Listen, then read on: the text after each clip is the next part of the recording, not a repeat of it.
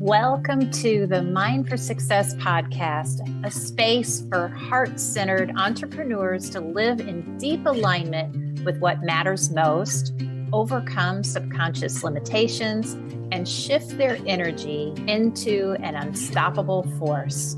Before we get started, take a deep breath, hit the subscribe button, and enjoy the show. Hello, and welcome back to the Mind for Success podcast. I'm your host, Kimberly Lebbing, and I am so excited to introduce today's host.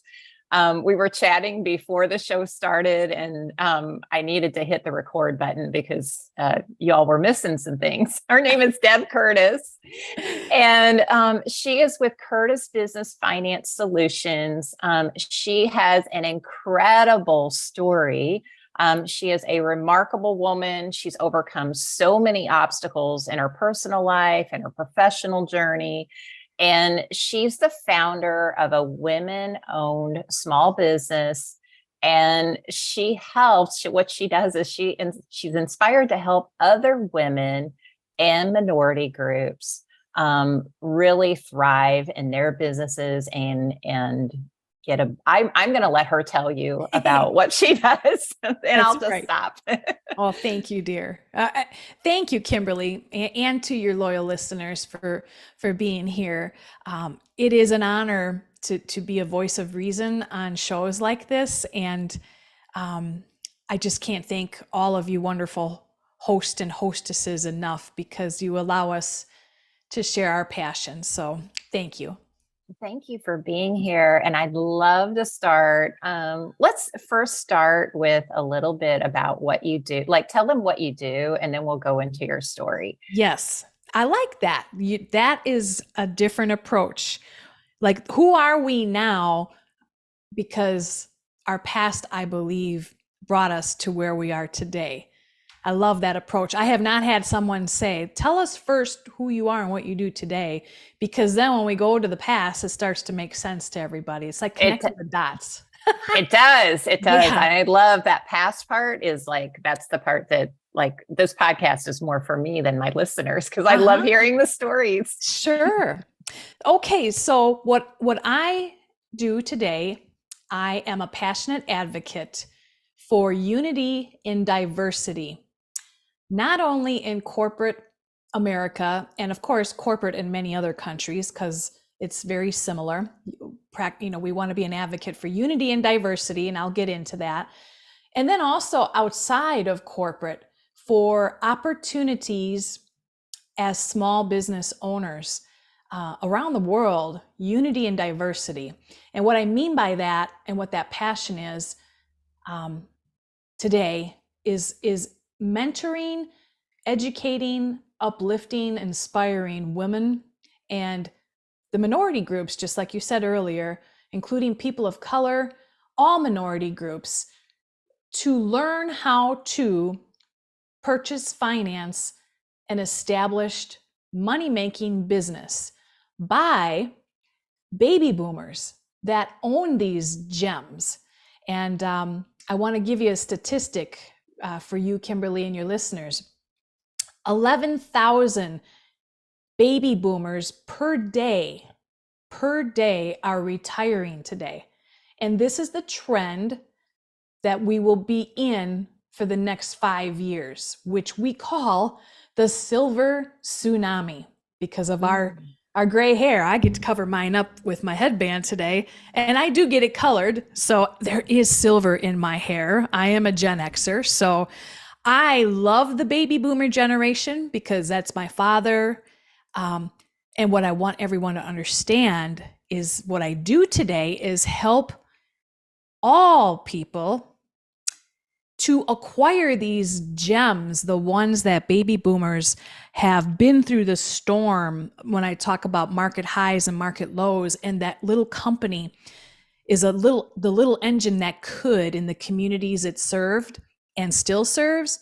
Well, now they're looking for the next CEO to take over that business. And there's no better people to do it than the generations thereafter to retain these gems of companies that give back to your local communities and own or operate it and continue the legacy. Nobody really talks about this. No one teaches this to you in school.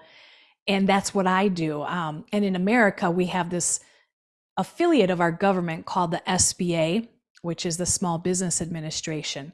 And they are the engine that guarantees these business acquisition loans. Because when you buy a business, there's a lot of uncollateralized portion, meaning, the name of the company, the employees, the customers, they all have a value to the seller.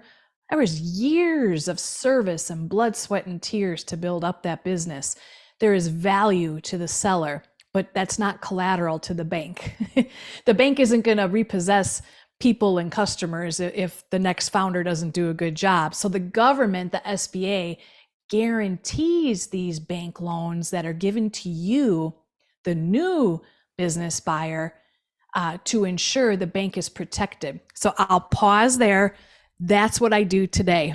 And Wow. We'll get into more of that a little bit later. Yeah. Wow. And I can hear, and I'm sure our listeners can, or if they're watching, I can hear your passion. I mean, I haven't even heard your full story yet. I mean, I know your story, but I know they haven't, and I can hear the passion in your voice. So I would love for you to share a little bit about what, your background, why you do what you do. I know you have had a rough start growing up and whatnot. So I know that drives a lot of it. So tell us about that, Deb. Okay, I sure will. And I'll speed it up because I ask my husband every day, has anyone ever been through as much as I have been through? And he's like, well, I don't know about that much, but I think we've all been through a lot. But he's like, you're the exception to the norm.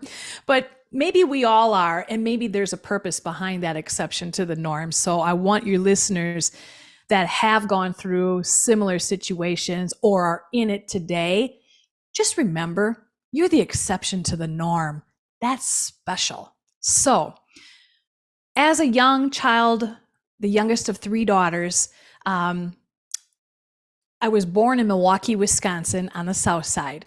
And my father, he worked in manufacturing, and my mom was a stay-home mom. My mom was an adopted child, so she doesn't know her side of the family.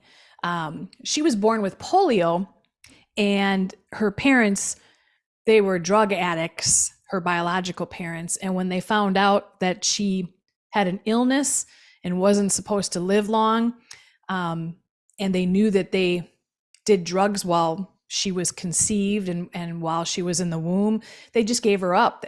It's like a real movie you see, Kimberly, on TV. They dropped her off in a basket when she was baby on a step of a fire station. That was how my mom's life started as an adopted child. Well, when I was conceived, the third of 3, it was an accident. And at the same time I was conceived, my mother found out her adopted father had stage 4 cancer and wasn't expected to live longer than 6 to 9 months.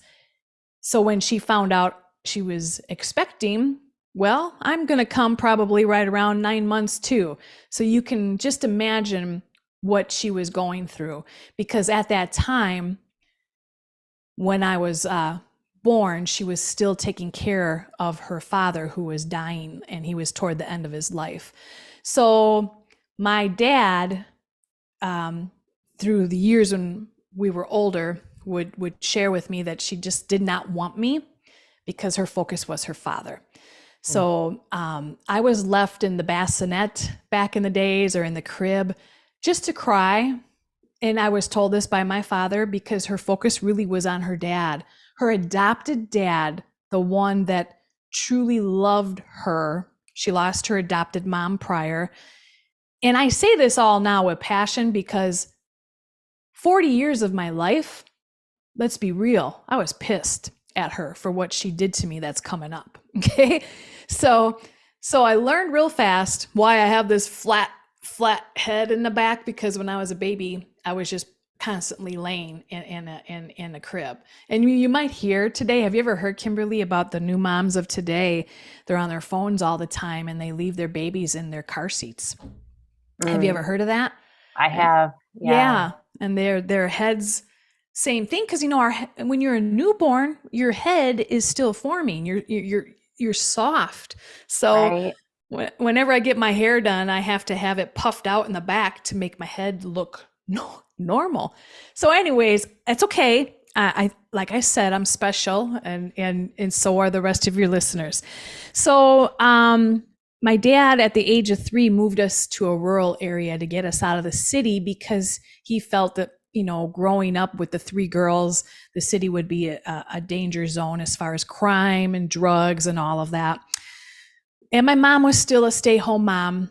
He worked full-time and part-time, so he was gone all the time. And back then, this was in the 70s, and he reminded me when I was growing up how interest rates were really, really high in the 70s. And we talk about today's interest rates being high. How about a mortgage interest rate on the home that was built in the rural area we moved to? The interest rate was 18%. Wow. And everybody's complaining today that mortgage rates are at 6-7%. I'm like, people, you just don't know what frugal is unless you lived through the 70s.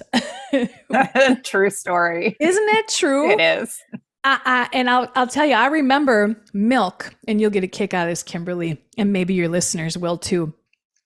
We would buy a gallon of regular milk, whole milk, and then we had that big tall box of Carnation instant powdered milk, right? So did we. I totally remember that. Yes. It was red and white. Do you remember it? I still remember the packaging on the outside had a little crinkly noise to it, but we would mix 3/4 powdered milk mixed in water with the whole milk that we purchased at the store. That's how we lived. We rationalized everything. So you did the same thing too. We did the same thing. Yes. I'm sure your listeners remember those days. Yeah, that box was right next to the refrigerator. I can still see it to this day. That's crazy how we remember stuff like that. Anyways, well, the move to the rural area, to which my dad thought would be a beacon of light to get away from crime and drugs, it's everywhere. Let's just say that. So my mom in this new subdivision, and there were, I guess, probably more well-to-do families in this area, not wealthy, but maybe a little bit lower than middle class. We were getting there because my dad was working hard as he could, but we still weren't there. But some of the other families in the neighborhood were, and they were stay-home moms. And that triggered my biological mom, because my dad worked round the clock. When I went to school, she got to be friends with everybody in the subdivision that were stay-home moms. And then that's when Valium, alcohol, painkillers, all of that stuff was introduced. And she spiraled real fast, heading down the wrong road, while my dad worked round the clock to keep our budget alive and to keep food on the table. And eventually she had an affair. And I still remember to this day, my father packing up his bags in their master bedroom. And I was asking him, where are you going? And he told me he was leaving and why. That, my mom made some mistakes and they couldn't be married anymore. So I grabbed a bag of off-brand potato chips and off-brand 2-liter of soda. And I ran to the golf course and sat on the 18th hole and cried. Yeah, we lived the home he built. We lived on the opposite side was the 18th hole of a golf course. And my daddy taught me how to wash used golf balls that we would collect in the pond late at night and make money selling used golf balls in egg cartons on that 18th hole. So that's where some of my learning of being a small business owner started. Can you believe that? Selling shiny, cleaned up, I cleaned them, used golf balls. And those golfers loved me because they knew who I was. I always with a smile on the face sitting there with egg cartons of golf balls. So anyways, he moved out. Things spiraled fast. My mom had parties at that home every night. My two older sisters, one was in the military, the other one was on her way moving out, but she drank and partied with my mom, and the two of them together was not good. Eventually, over time, the police put an end to all of the parties. It turned into a drug house. I was, 8, 9 years old, witnessing just constant parties at the house, constant drugs, needles, cocaine. I saw it all: pot, drinking, sex, things I probably should have never seen at my age, music blaring. Families in the neighborhood, they saw it, but they didn't say anything. It spiraled out of control until the police said no more. So the sister that partied with my mom, she moved out. The other one was in the military, and I'm still with my mom as the youngest.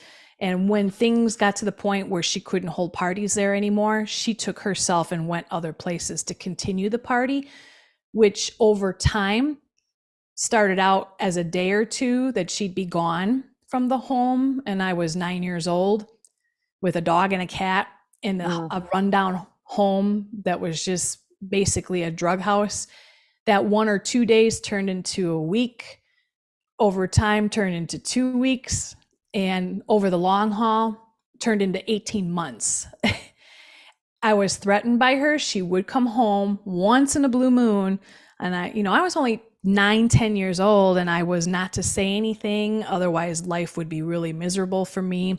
My dad had very partial custody to see me, like every other weekend, and that was it. And sometimes he couldn't see me because he was working to pay her alimony and child support.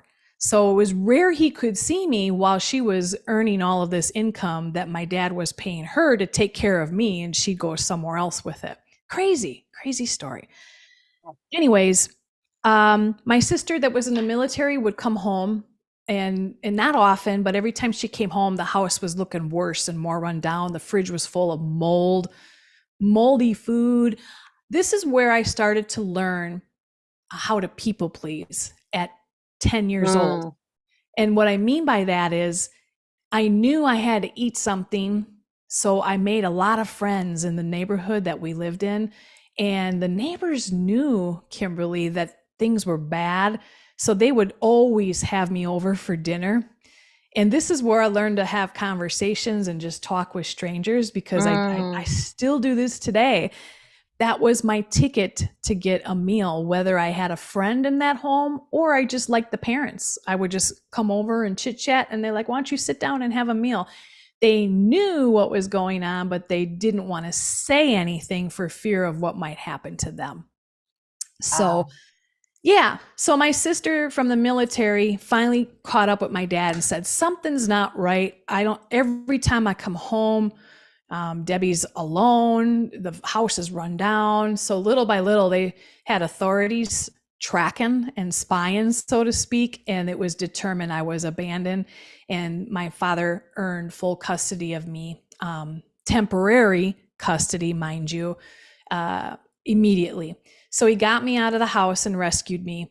And then to speed things up, we had to go through a 2-year custody battle between my mom and my dad, because in the late 70s, it was always the judge's decision to give custody to the mom. Right. I don't know. Does that ring a bell to you? Yeah, it does. My parents are divorced, and I know it was automatic. So a lot of your story really resonates, but yeah, it was totally automatic. Yeah.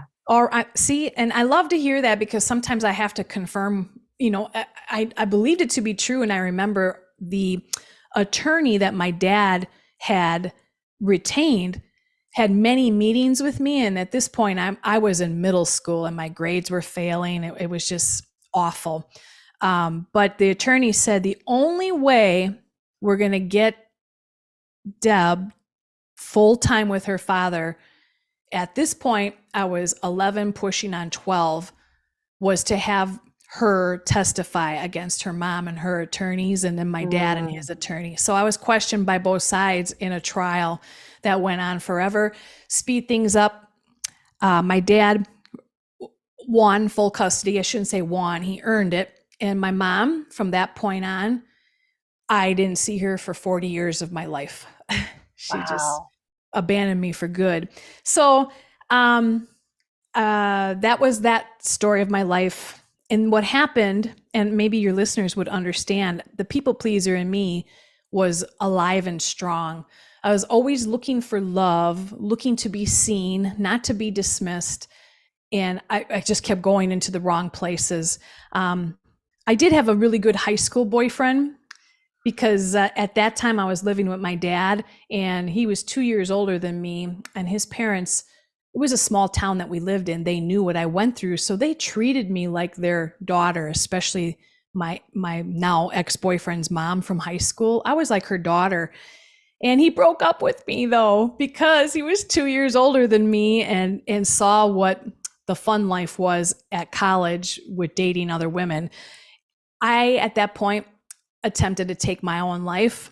I tried to commit suicide because I felt like wherever I went, people just would leave me. He left me. Mm. And then I found another man, same story. He left me because he was previously married and had a little girl, and they decided to reconcile their relationship to raise the little girl. So I can't default him for that. But another attempt to take my own life. I ended up in the hospital this time. So I share that I was looking for love in all the wrong places because of that people-pleasing little girl in me. And then I married my first husband, and that's when I started my first career in going into corporate, and that's where we're going to segue. But marrying that first husband of mine was the worst decision I have ever made in my life. And a lot of it, again, stems from that people pleaser in me. We met on a bowling league because in the 80s, late 80s, bowling was big in Wisconsin. And I think it still is big. Isn't that crazy? Yeah. Oh, but I met him on a bowling league, and we got married quickly. Just because I wanted I wanted a fairy tale life. Like I wanted to be married, have children. I used to talk to God a lot. Like, why is this happening to me? I just want someone to love me. Well, this man loved me, but he had a severe drinking problem and anger issues, and he gambled, and I didn't know it until after we were married. We got married quickly because his father had a heart attack and passed away, and he lost his mom prior. So I felt sad for him. And we were married. My oldest daughter, today, she's adopted by my now current husband, was from him. It was a short marriage, but it was horrific. He tried to kill me 2 times. Domestic abuse. I'm a victim of severe domestic abuse. And guess who rescued me? My dad. Wow. I hid it from him. I pretended to him that my life was okay because I wanted him to see I can have a normal life. So I hid it all. And at the same time, this is when I started my very first professional job in corporate America, because I didn't have a college education, mind you. My dad couldn't afford it. So it took me a while to work hard to finally land a job that most would say it was in sales, but they always wanted to see that you had a college education if you were to get a foot into the door. You know, back in the early 90s, you had to have that education at the bottom of the resume. Well, my dad rescued me. I started to live on my own then with the baby. And through all of that, I was busting my butt in corporate America in a very male-dominated industry, trying to prove and people please to the supervisors that I can do this with a smile on her face, even though she's battered and bruised from her husband and bailing him out of jail, and he's drinking every night and making her life miserable, but yet she's a top performer going to work every day. So I'm going to pause because I gave you a lot there before we go into the corporate sector of my life. Well, I think that there are a lot of people that go through a lot of stuff. A lot of your story honestly resonates with me. There's so Okay. many. I mean, I've even had the past suicide attempts, and I don't even talk about that in my Yeah. story. And you're making me think, well, maybe I should. Yeah. So a lot of it really resonates, but I just want to commend you. Like the when I think about the people pleasing part, that's something I see a lot with Mhm. business owners, and it comes from all kinds of different reasons. Some of them not what we would consider trauma, but people have their own trauma. Yeah. It comes Yeah. in many different faces. But the fact that you overcame that and are where you are today and have turned it into a passion and a purpose, we were talking about that a little bit earlier. Yeah. I'm just in awe of, the story. You know, it's not perfect yet, though. I don't think it ever will be, Kimberly, because that self love is probably the hardest one of all for me. And I, being a guest on podcasts and speaking to a lot of professionals like you that help people realize the why of who they are today, you've all helped me tell my story. And this is the best part of this journey, is because you're allowing me to heal all those years of my life. You didn't tell anybody what was going on, and it's still that way today. And It you know, is. yeah, you just can't tell anybody. And God forbid if you go get help, good luck trying to get in to see somebody that's licensed. They're just going to put you on antidepressants and all that. And yes, we need them. I get it. If they're the right, everyone has a different opinion, and I respect that. But I don't even know how to explain it. Where do you go is the question. And thank God for podcasts and guesting, because being able to talk about this, there have been times I've just broke down and out of nowhere came tears because I hid it for so long. And the journey in corporate is the second half of my story of my why today. So thank you for the work that you do as a mindset coach. We all need you. I'm telling you right now, your listeners that had similar paths that I've been through, don't think it's brave to just figure it out on your own. You got to connect with someone like Kimberly and tell your story, because that's where the healing is. I don't know, what your thoughts are on that, but that's just Yeah, my no, take. I agree. I agree. I mean, I hid so much myself for so many years. Mhm. And, it wasn't until later in life that I really got to a place of really healing. Yeah. And we're all works in progress. So, I tell people all that time. I mean, I have a mindset coach. I still do the work because we're never done. There's always layers, tons and Oh, tons of layers of different things. There's oh layers of boy. people pleasing. Yeah. There's layers to all of it. So, A lot of yeah. layers, a lot of in betweens that I could keep telling, but we'd be here forever. And does this ring a bell with you? I got to ask you this, because this was an aha moment for me, not until recently. People always told me, supervisors, friends, family, through all my life, you are an extrovert. You're so happy. You are, whenever we would have like a team meeting, everybody just assumed Deb's an extrovert. She's the extrovert. Listen, it wasn't until recently I discovered I have always been an introvert. That extrovert in me is the people pleaser, and it was all a facade. I There you go. totally resonate with that because that was Man. me too. Yeah. I was always told when I was growing up, oh, you've got such a sweet smile. You're so nice. You're this, you're that. And it was 100% the people pleasing. And I had to.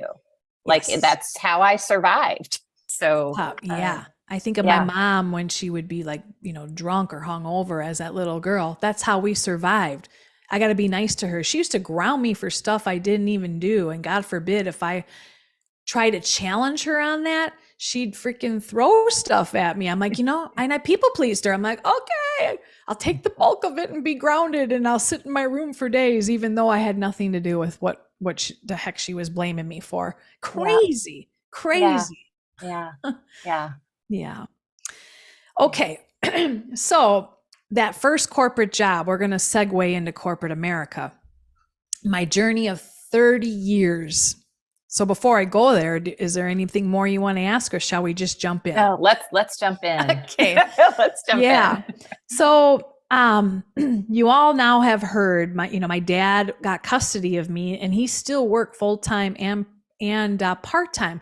He still had to pay my mom alimony because she never worked.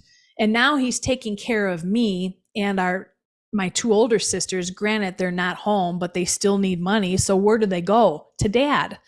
Thankfully, we lived in a place, an efficiency apartment where I could walk to high school. I gave it my all in high school. The people pleaser. I was in plays. I sang. I still love to sing today. I did everything I could to get praises in high school. Praises. Because I was thriving to be seen and to be heard. And I loved it. High school was good memories until my final year, when it was recognized, my senior year, that I wasn't going to a university because my dad couldn't afford it. And it just seemed really dismissive. The children, the seniors, my friends that could go would just look down on you if you weren't going to a college or university. So my dad told me, you just take that ugly feeling and turn it into energy and work hard in corporate America to get promoted and pass them up. I'll never forget him. He said, if you work hard, you'll find your way. So here she goes. That people-pleasing Deb is going into professional corporate America. My first job was 18 years on the job. And why?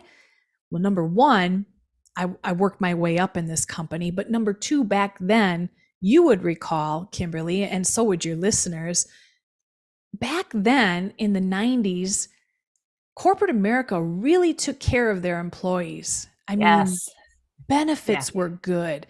Right. 401k. I had a 401k at this company where they would match my 6% that I put in.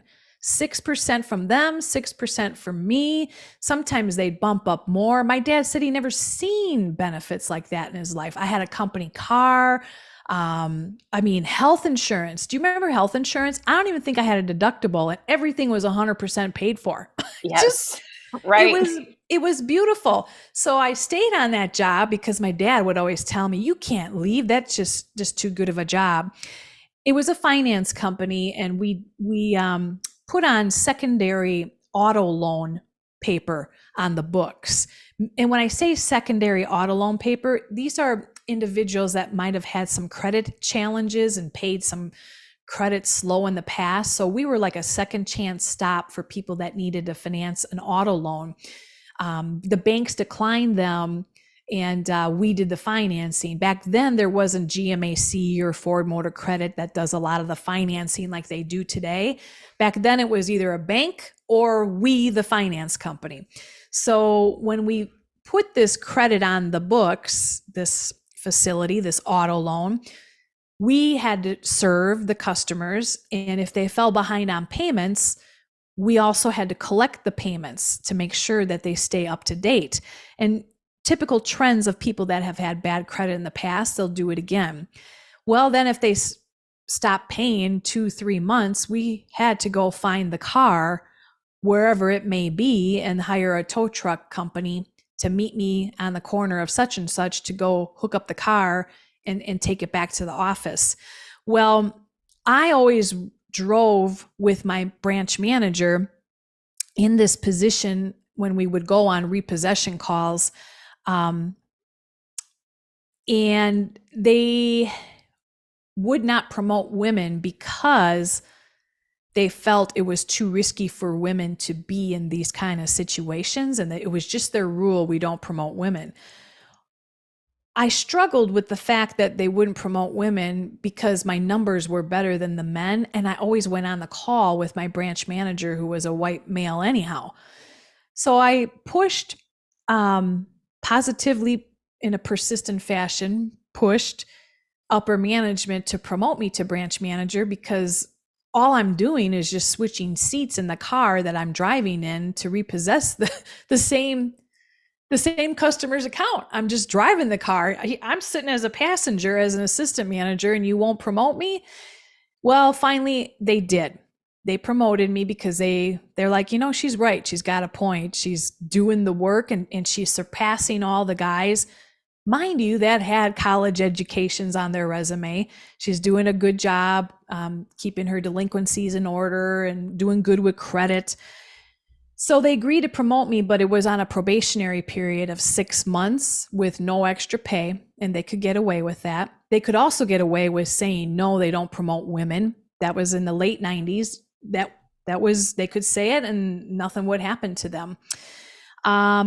So finally they agreed to promote me, and my pay was nowhere equivalent to what the men's pay was. And they said I didn't have a college education, number one, and that they typically don't promote women, so they weren't going to pay me the same as the guys that had college educations. Publicly told me that. So I just accepted it. And I know this for a fact because my husband of today, we worked at that same company, and he got paid way more than I did, and he knew it too. So he supports me on this journey that I am on today. But after 18 years, I wasn't getting fair pay, and I was working hard. I was a number one branch manager. I passed up all the guys and had accolades on my resume of promotions and top branch of the year. So then I would go and apply at banks for other positions, wanting to go into business banking, but I kept getting passed over because I didn't have that college education at the bottom of my resume. I had to be persistent, Kimberly, positively saying, listen, people, you got to give me a chance. Just because I didn't go to college, I can still do this sales position. It wasn't that I didn't want to go to college. My family couldn't afford it because I was abandoned. And no matter what the story was, they just ignored it. And don't you find it ironic to kind of what you're hearing in the news today? Yeah. It's like full circle. It's like, here we go again. I mean, if anyone hasn't heard, there are certain universities that they won't consider you based on specific demographics and reasons. Right. Now, I get some of it, but I don't get all of it. I think we have to do a better job in America to be fair and equal to everybody. We don't know their stories. They didn't know I was abandoned. They didn't know I'd survived domestic abuse. I mean, do we need to start putting that on our resumes to show people that we're a fighter and a warrior and we survive? Is that worth more than a 4-year degree? Now, if you're going to be a physician or an engineer, yeah, that's a different story. But when you're in just banking and sales, good Lord, come on. So my journey in corporate America was more of the same. I moved into business banking and the love of small businesses. And it was a very male-dominated industry, white men that pretty much everyone knew who everybody was, and it was a circle of friendships, and it still is today. And it's still hard, even as of my last stop, the disparate treatment of women in a very male-dominated industry is hard to navigate.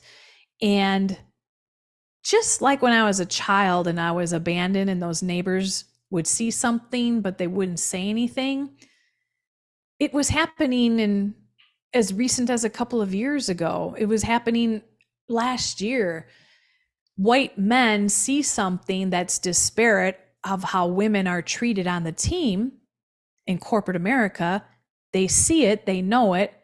Other women see it and know it, but nobody says anything. I call that the culture of silence in corporate America.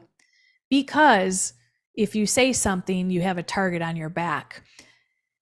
And me being the honest, fully transparent people pleaser, trying to make things right because other women I saw were treated differently, I said something a few times on my journey in corporate America, but in a positive fashion to try to get them to understand we got to do better. We need to take a look at how everyone is being treated.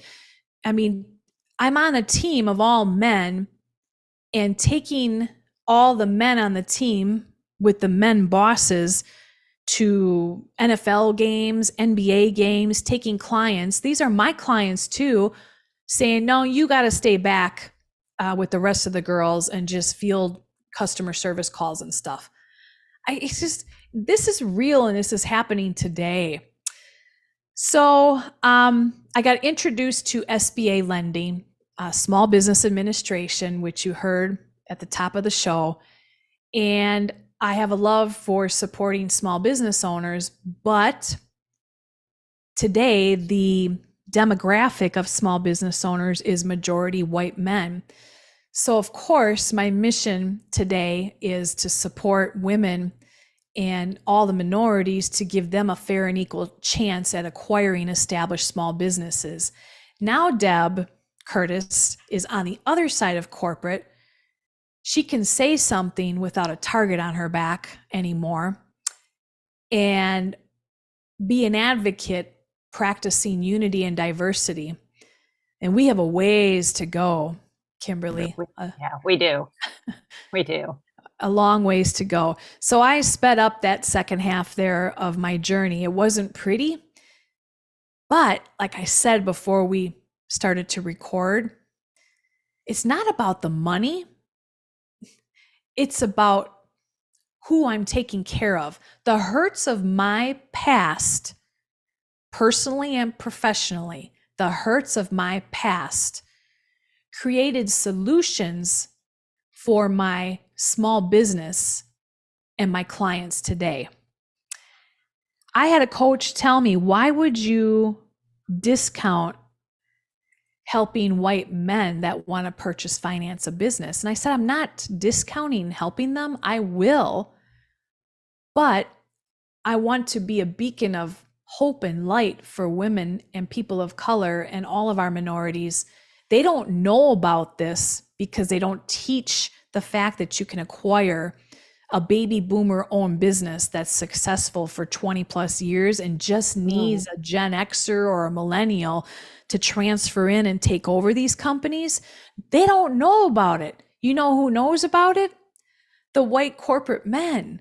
Right. And they're the number one applicant today acquiring these businesses. You hear of private equity, you hear of a lot of people that have money, and it's typically the white men because they climbed that corporate ladder over the decades and they earned the additional income. They earned more than Deb Curtis did back in the 90s, in the 2000s. They always earned more. They were treated much better than the rest of us.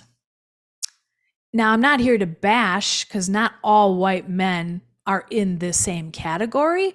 I just think our country, our government, the SBA has to do something more for women and minorities, as in offer an education program so they learn how to do this, because that's what I do. I teach people how to do this and get them to the finish line, but offer something to the minority groups where if they do an online tutorial or are coached by me, they get the first 6 months of their payments waived or some kind of stimulus to equal out the playing field that small business owners are diverse instead of heavily weighted one demographic.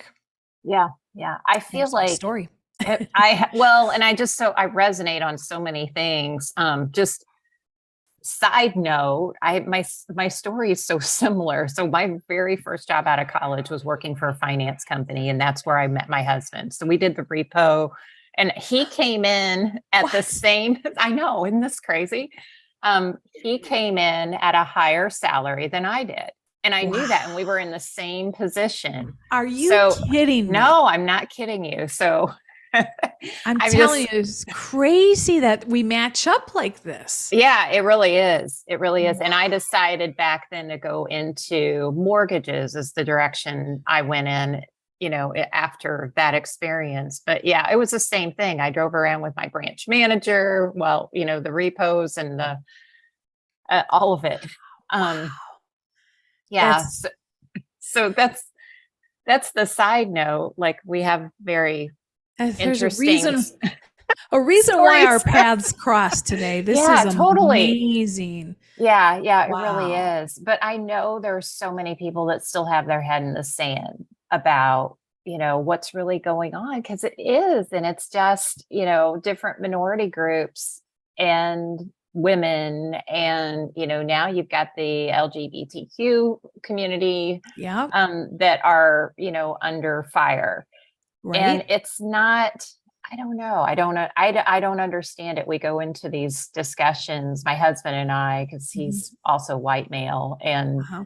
it's interesting because I think a lot of people are just trying to hold on to something, hold on without really noticing it or understanding that it's not what's been going on for so many years isn't right.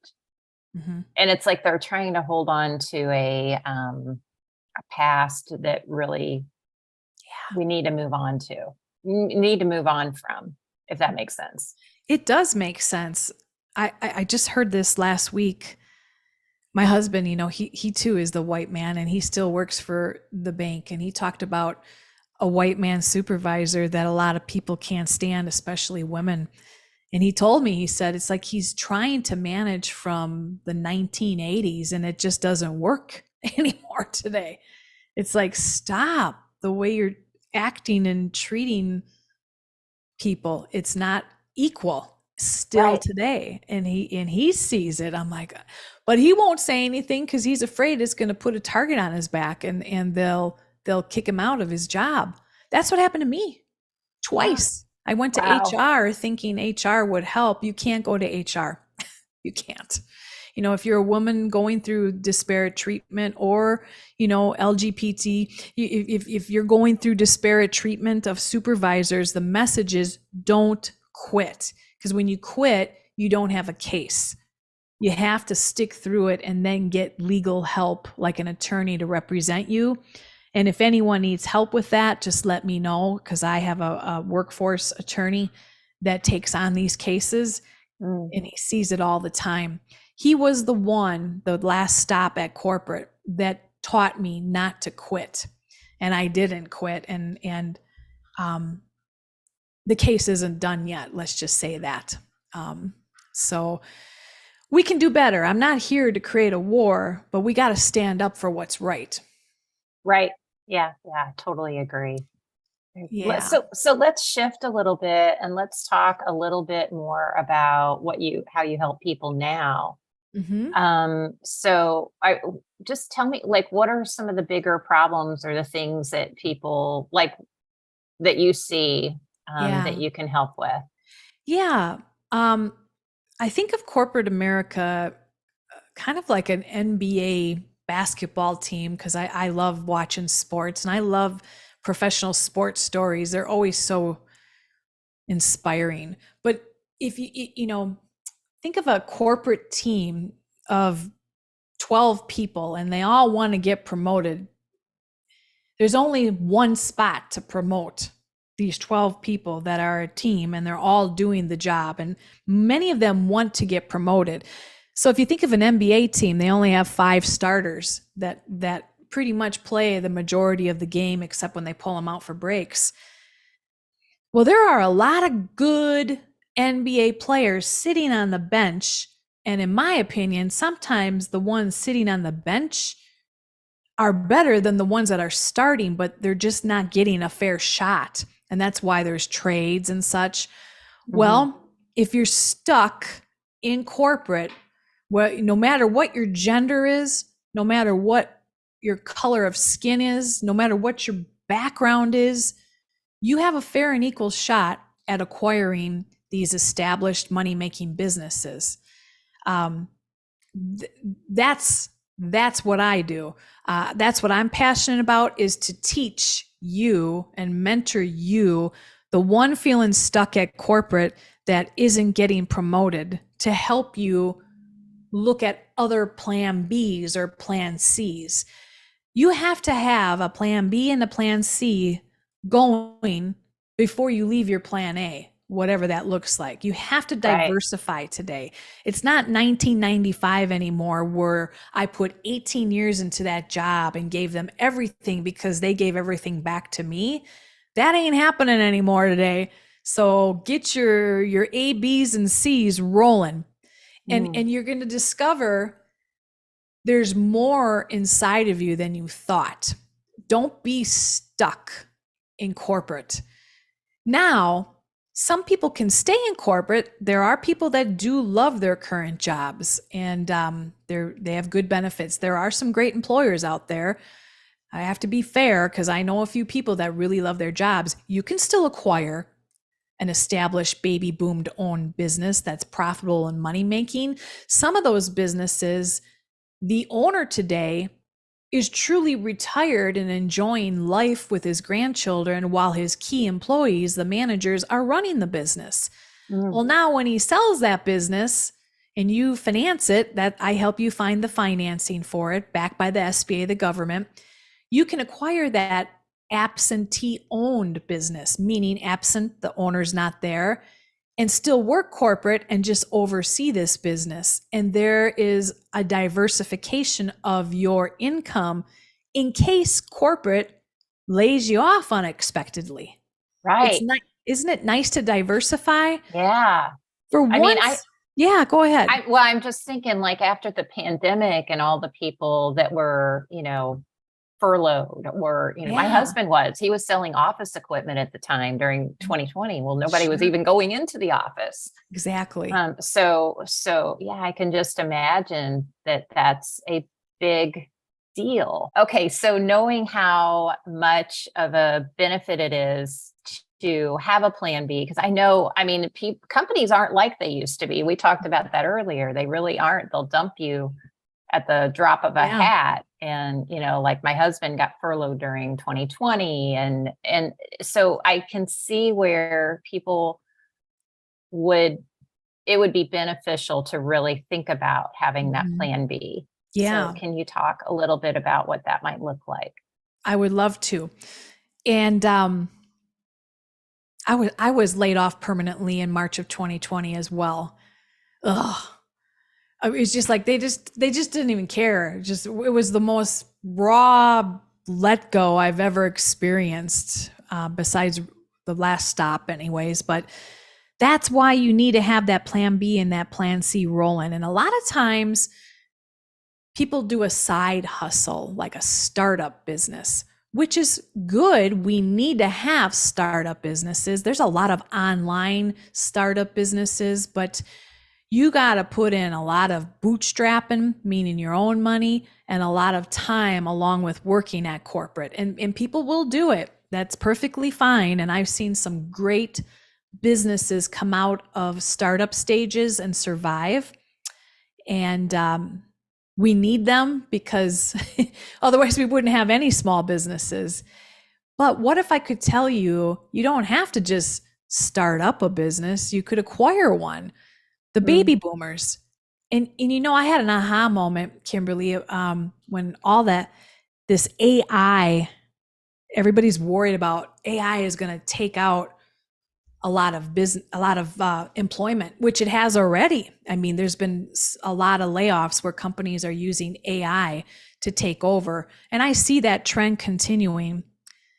And I feel like the baby boomer, the silver tsunami that I was talking about earlier, 11,000 a day, retiring, a lot of them own small businesses. What better time that this is happening, because they're all living longer. We're taking care of ourselves better. We're living longer. We're owning our businesses longer. And now there's this AI beast that came to town and wants to take out all of these millennials and Gen Xers, their jobs. And they're like, where are we going to go? These baby boomers are like, I need to find the next person to take over my business because my kids don't want to run it. And I think the kids don't want to of business owners because they saw the blood, sweat, and tears that mom and dad put in when the startup stages were happening, right? Right. Yep. But now it's easy. It's all set. There's employees there. There's customers that are loyal. Everybody loves the name of the company. Meanwhile, there's Gen Xers and millennials. Where are we going to go? And I'm like, here we go. It's all coming together. That's the way we have to look at it. And many of these people still need to learn about the baby boomers and this huge wealth transfer happening, which includes the transition of a new owner into their businesses. That's the way we got to look at the future. And a lot of these baby boomer owned businesses, they're not good with technology. They don't even have websites, for crying out loud, and they're still successful. You better believe the generations over here know what that's all about. And I love helping the buyers here put together their business plan of just a simple website and social media marketing, injecting that into these businesses that are already profitable. Look at the growth that will happen with these. Isn't that cool? Yeah, it is. I can imagine. I love it. That's the message. And unity and diversity is where this is at. It's fair and equal for all genders. It's fair and equal for all backgrounds. You don't need a college education to take over one of these businesses. Now, if it's an engineer related business, you may need some of that education and license, right? But my goodness, think of essential needs businesses like our air conditioning. We need to have that today in Wisconsin. It's dog muggy out there right now, and there are ways that we can move these people into these businesses. And here's the beauty of it. It's not a startup. It's already working. And the cash profits of these established businesses, the net income is what makes your SBA change of ownership loan payment. The business is already making the money, historically proven. The underwriters are going to look at that. That's what makes the business buyer's SBA loan project payment. And furthermore, the baby boomer is pulling a salary over 20 years that he's been paying himself. Well, if you want to stay in corporate, fine. And this salary that he's making will be transferred to you. Or if you want to get out because it's a toxic work environment, get out then, because you're going to be paid a salary that's transferred to you plus enough income to pay for your SBA loan project payment. Nobody knows about this. Wow. And that's what I'm here to teach. Yeah, I love it. Mind is blown. So really, I didn't know that any of that was even a possibility. Most don't. The ones that get it are the clubs and corporate, the guys. Right. They know, amazing. And they have the money. Some of them just pay cash because through their corporate journey, they've been paid big bucks. So yes. Do you have to have money down to finance a business? Think of it like a first-time home buyer. Yes, you have to have good credit. Yes, you got to have a 10% down payment. There's, that's just common sense, but it's available to you. Wow. It's all there for the taking. You just have to learn how to do it. And that's my job, to take you from education to start to packaging to sourcing the best bank loan capital to transitioning you into the new ownership. And that baby boomer will stay on and help you, just like a promotion within corporate America, showing you the ropes. So I tell people, if you're waiting, you're that B player on the NBA team and you want a promotion and it's not happening. Sometimes, Kimberly, you got to make it happen for yourself, and get traded. Right. Yeah. Oh, so good. This has been so good. Before